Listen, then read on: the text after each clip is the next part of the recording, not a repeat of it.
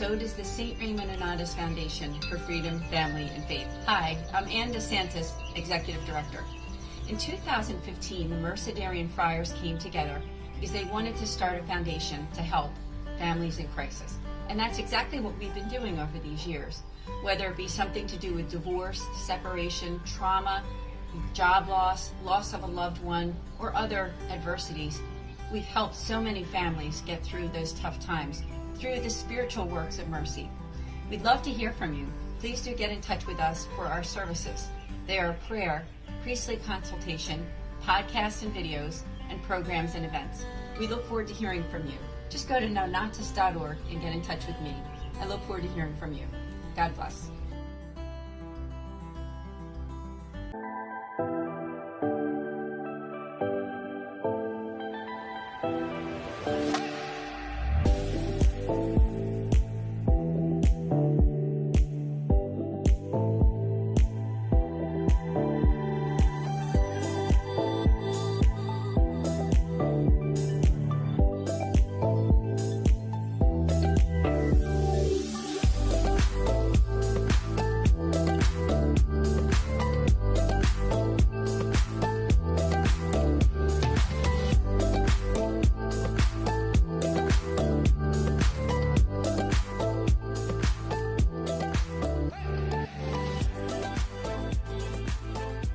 Fiat Ministry Network and Patchwork Heart Ministry present Journeys in Faith. Now, here's Anne DeSantis.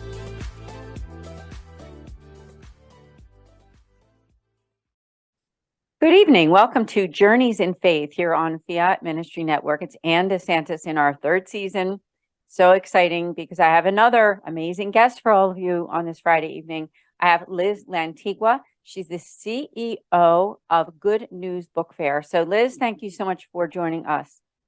Thank you, Anne. I am so happy to be here in your podcast and to be able to share my faith with you. That's right. And that's exactly what it is, because the name of our program is Journeys in Faith. So although we always have topics, right, we talk about the ministries that many of our guests are doing, but it always starts with that guest, right? Because it was your inspiration that you had with your relationship with God that led you to where you are now. So just tell us a bit about yourself. Well, I could say that I've always been Catholic. My family was very active in the faith. My father was a Knights of Columbus. My mom and him were very active in the parish. They belonged to Cursillo, a movement. My grandfather was also in the Knights of Columbus, and my grandmother. I mean, it was like I saw my family very active in the faith, growing, learning, and working with the community always. So that left a big impression on me. And I remember in 7th grade when I was going to do my confirmation, I said, well, how do I put my faith into action? And I remember that my parish had a youth group, but I wasn't old enough for the youth group. And at that time, it was not that common to have middle school youth groups. So I went to the pastor and I said, well, can we start a middle school youth group? And he said, well, yes, but you need to have an adult minister as well, helping out. And so I begged my parents, please, can you be the adult ministers? And we started a youth group. And then we worked with the archdiocese to start middle grade groups, youth groups in different parishes, and with a retreat. And then we start that. And, and then later I belonged to the Encuentros Juveniles and now Youth Encounters. And that's a youth ministry from the Archdiocese of Miami. And it's to evangelize and for formation for young people. It will have actually its 50th anniversary next year. And yes, and so that created a lot in me because they always taught me, you're the light of the world. Wherever there's a need, do something about it. And I'm very blessed that my daughters participate. I have 3 daughters. I'm very blessed that my daughters participated in that group as well. My youngest was appointed coordinator. So that's a legacy that she will continue.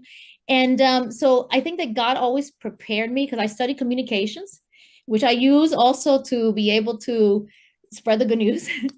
And then I'm a traditionally published author.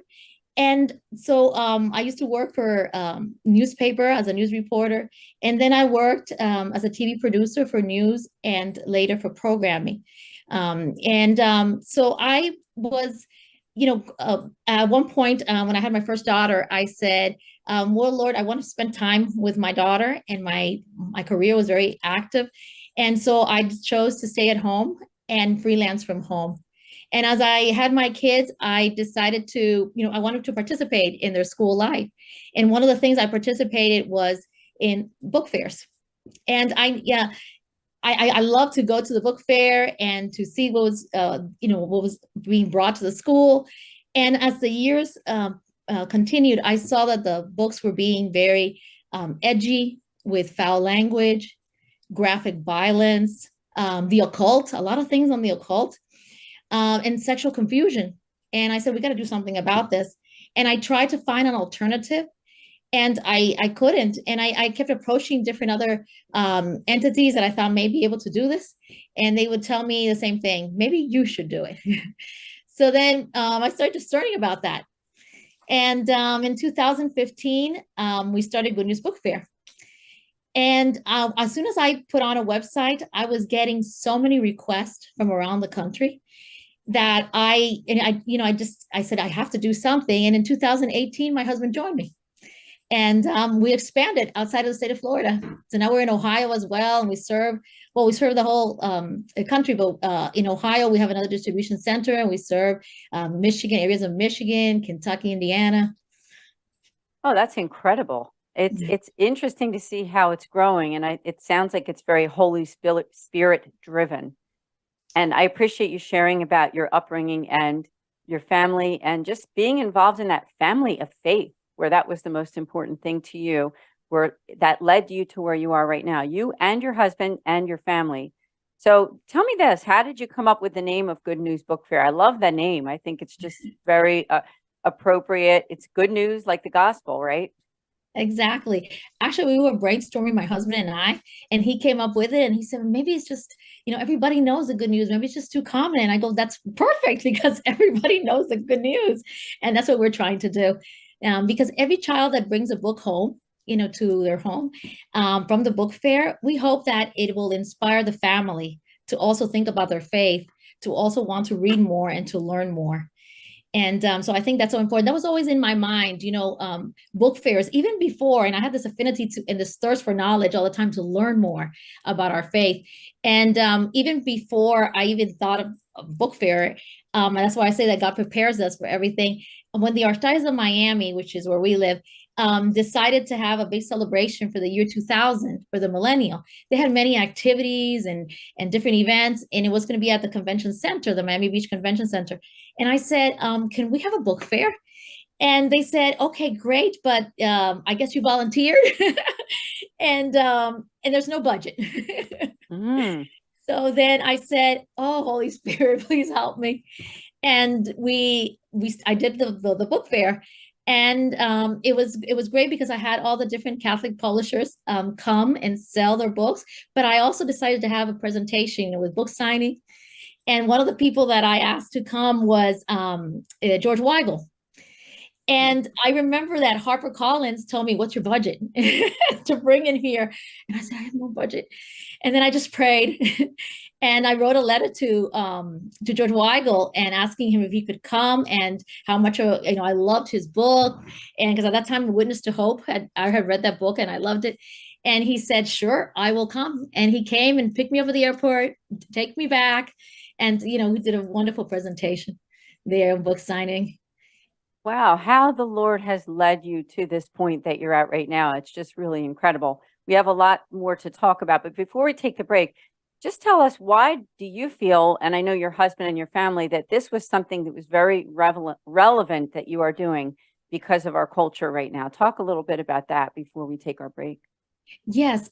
As many of you know, when you go into the book fair, into the bookstores nowadays, you can get an example of what's going on. In books, you see a lot of books about the occult. You see a lot of books, about political. You see a lot of books with a lot of sexual confusion for kids. And we're not talking just about middle schoolers. We're talking about, it trickles down to young kids. And so we decided that in our book fair, we were going to have the book fairs being vetted. And we have a selected group of Catholic librarians, authors, and parents, and they read all the books and they go through a strict guidelines that we have to make sure they don't miss anything. And that way we ensure that the book fairs that come to the schools are appropriate. Oh, I love that. We have a lot more to talk about this because I like the process, what I'm hearing about how you go about all of this to get it into the hands of those children, those families, the appropriate books that are really, driven by our faith. And so thank you so much. Now we do have to take a short break. We'll be right back here on Journeys in Faith in just a few minutes.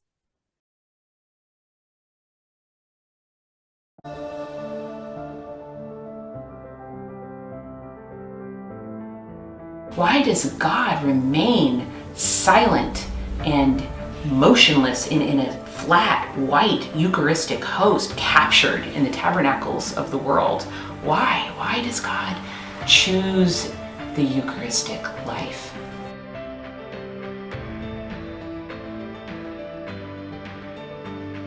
I'm saddened to think of all the people who have no idea what is taking place. They pass by churches every single day. In their heart, they're searching for meaning. And little do they know, little do they realize that the meaning they look for is found in the one who is the way, the truth, and the life. Jesus Christ is waiting for them there.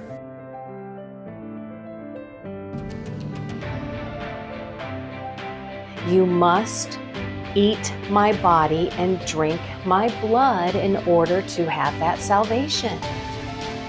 And people knew he meant it literally because he didn't say, oh, hey, everyone, I'm just joking, especially after they said, whoa, this is a hard saying.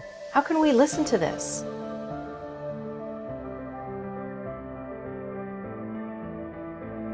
He was speaking to me from that tabernacle, and he was challenging me. Am I willing to turn my back on him who's done so much for us, who fed the 5,000, who walked on water?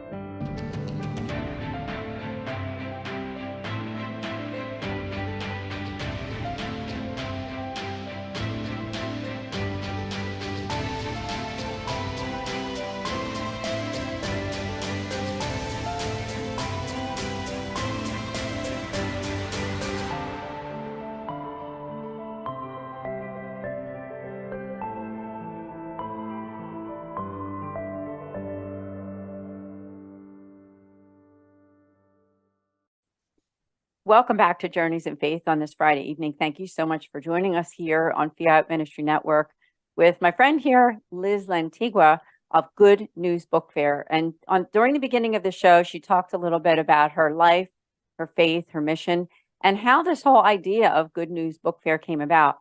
Right before the break, we were talking about the relevance of what she's doing and how it's making a difference for these families. Talk a little bit more about what it is like for you in this ministry, because it is a ministry too, isn't it? You are the CEO, but you are seeing lives being transformed, aren't you? Yes. And I wanted to mention there is so much demand for what we're doing because as we were speaking about earlier, the media is targeting our kids and they're targeting it through movies, commercials, anywhere they can. And books are the easiest way for them to get the message because not every parent can read all the kids, the books that all the kids are reading, especially if they have avid readers. And what they have done lately is many of the publishing companies is making the books very deceiving. One of the largest publishing companies for children's books is Scholastic, and they have book fairs. And that's how these types of books go under the radar into our own Catholic schools. And it's very hard for principals or parents when they pick up a book to know if it's good or not because they have become very deceiving. The cover may seem very wholesome and the description in the back as well, but the content inside is completely different. And that's something that parents have to be aware of.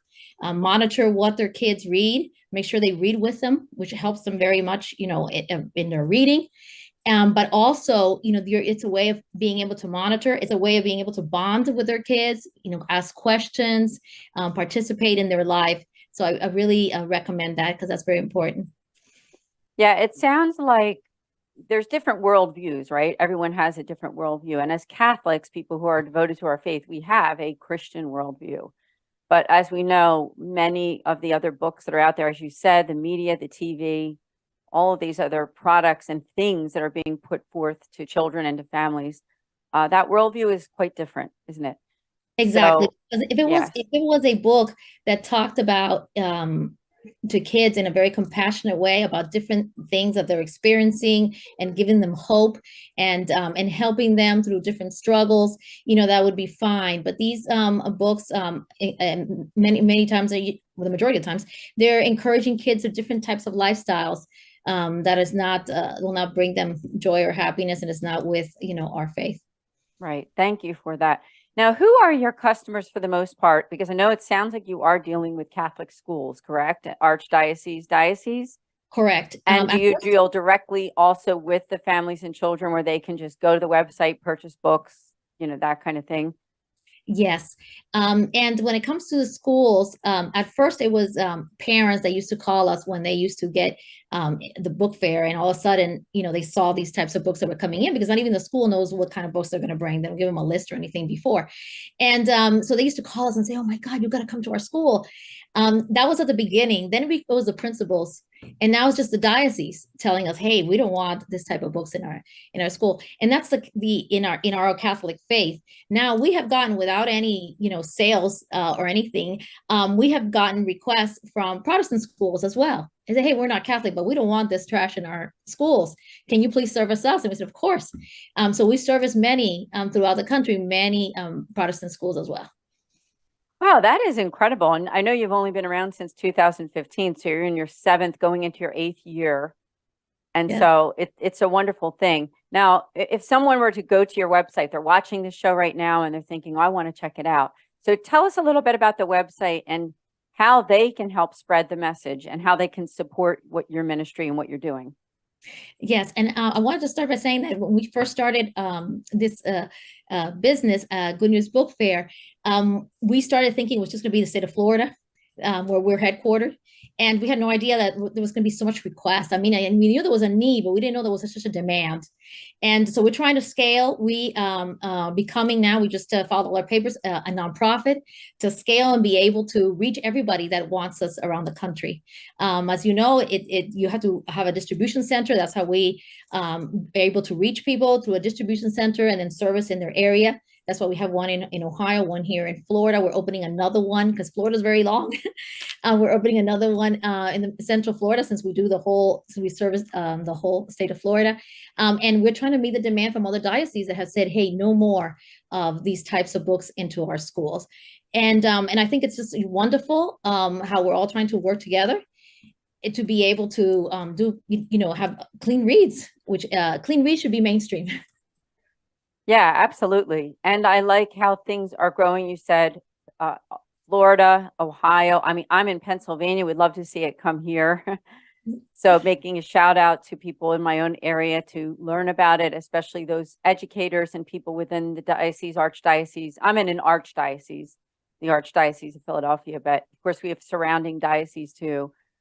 We'd love to see your ministry, your business expand throughout this country.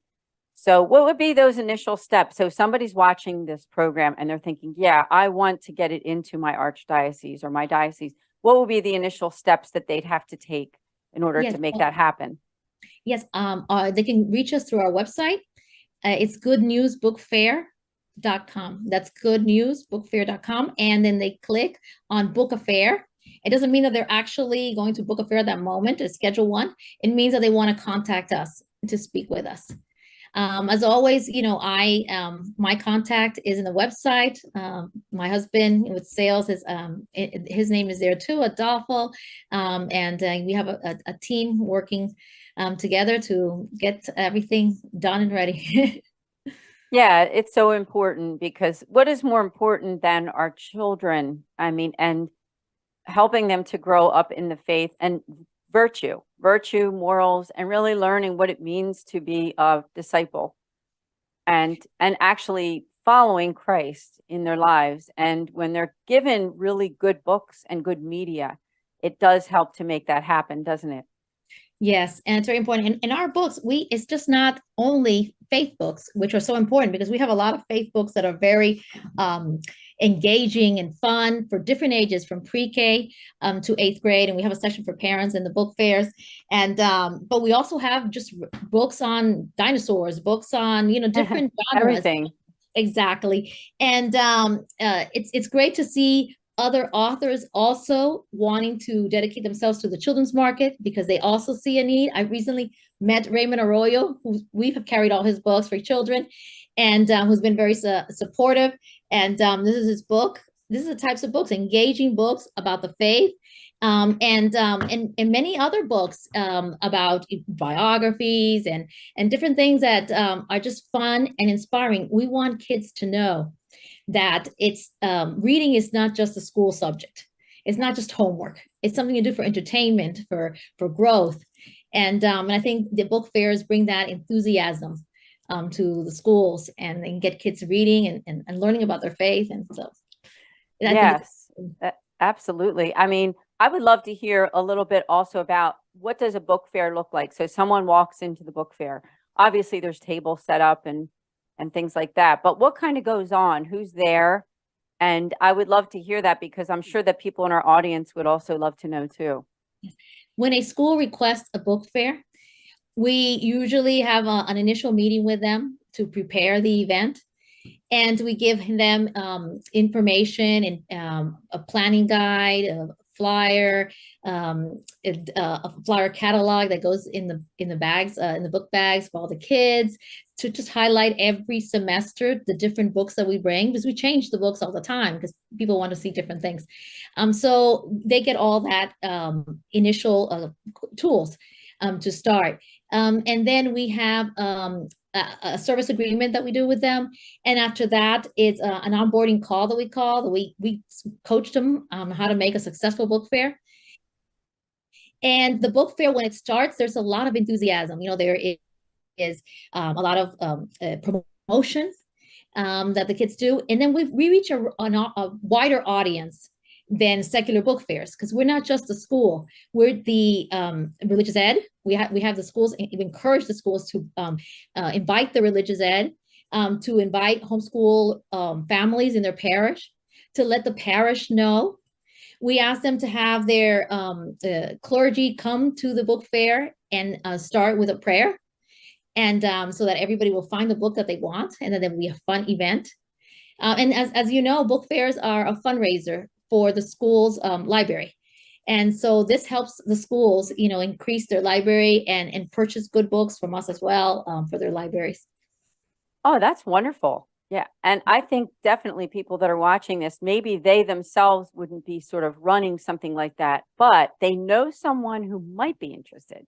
So I definitely want to make a shout out to you, our audience who's watching this program right now, and think about somebody that you might know at your local Catholic school, archdiocese or diocese, that you could reach out to let them know about Good News Book Fair, because they're doing wonderful work.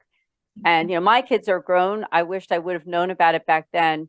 It's funny because my youngest daughter graduated high school in 2017, which was like 2 years after you started, but God writes straight with crooked lines, right? So the next generation, right? Well, the next generation, my family, I'm sure, will find out about and be able to utilize what your services, and just so grateful to you for what you're doing.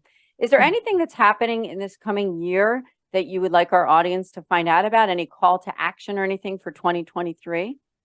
Yes, it's very important. As I mentioned, the parents are aware of what the kids are reading, and feel that they can just approach their principals, approach their even their bishops when they have a chance to speak to them and let them know what's going on, because maybe they might not be aware of how they might be aware of inappropriate books, but they might not be aware that how deceiving many books are today. And I'll say, there's so many deceiving books. It's not just one few. There are books like this. Look how cute and wholesome this book is, and the description is about a girl who wants to audition for a school musical, but inside is about same-sex attraction. And these are for third graders. I mean, there are books like this one is going to be a movie now, a major motion picture with DreamWorks. And in this volume, it's a series. It talks about the occult, and it's really scary for kids. It talks about the Dark Lord of Serpents, and it's pitiful to be good. And at the end, it's not that the good wins. It's just to be continued. And it leaves the kids like very scared because there's no, good triumphs. And so there are many books that are just very deceiving. And those are the ones that you have to be really careful about. And that's why it's so important that parents read and continue to read. And we have a lot of plans. We have plans to be able to scale wherever we have a demand, and we've gotten demand from many places. There's been dioceses, in Denver, Colorado, in Charlotte, North Carolina. I mean, different all over the place, asking us to be there. And what we're trying to find is distribution centers, and we're trying to find people that want to help us and support us so we can get there quicker. Very good. Well, I think hopefully, and I pray that doing this show with me will help you to do that. And not only with me, but with other podcasters, other media outlets, that you can bring this message to everyone so that they and their families can find out, and that the demand is created, as you said, the demand so that dioceses and archdioceses decide that they do want to do this. And so I think it's a wonderful thing, and you're doing great work. Again, that website is goodnewsbookfair.com. Please do check it out. Is there anything else before we end that you would like to say to our audience, that you like to communicate to them? Yes, I would like to say that to please be aware of the media for your children and grandchildren and nephews and nieces. Also, know that it's okay to speak out and speak to your principals, to different people in your diocese. You're spreading the word of how we can support them, because we're really supporting them. They want these types of good books, clean reads in their schools. And they might, at this point, maybe they're not aware that we do this work. And we are growing as a nonprofit now. So please, help us so we can reach your students, and also, create an environment so that kids will learn how important it is to read, and they will learn if they see you reading as well. And we all need to learn constantly, and reading is a fun, entertaining way to be able to learn and to grow as a person. Absolutely, it is. Now, before we end, I also want to mention what you said about being a nonprofit organization. And that means that people can donate to your mission, correct? Correct. Yes. Right. So if Yes. they go to your website, is there a donate button there, or is there a way that they can send some funding into you to support what you're doing, this mission? Yes, we just had all the paperwork done, and we will be putting on our buttons for donations.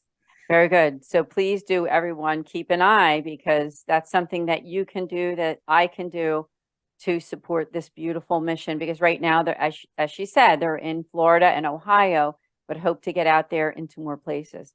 Liz, I want to thank you so much sincerely from me, from Patchwork Heart Ministry, and from Fiat Ministry Network, who are producing this show.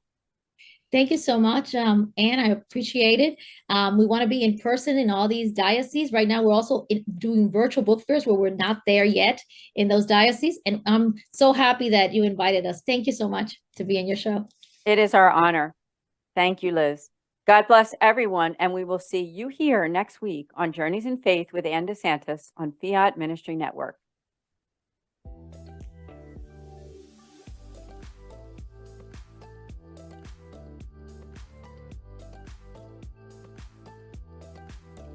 Journeys of Faith is a production of Fiat Ministry Network and Patchwork Heart Ministry. For more information about Journeys of Faith, email info@fiatministrynetwork.tv. And be sure to friend, follow, and like us on social media. Just search Journeys in Faith with Anne DeSantis.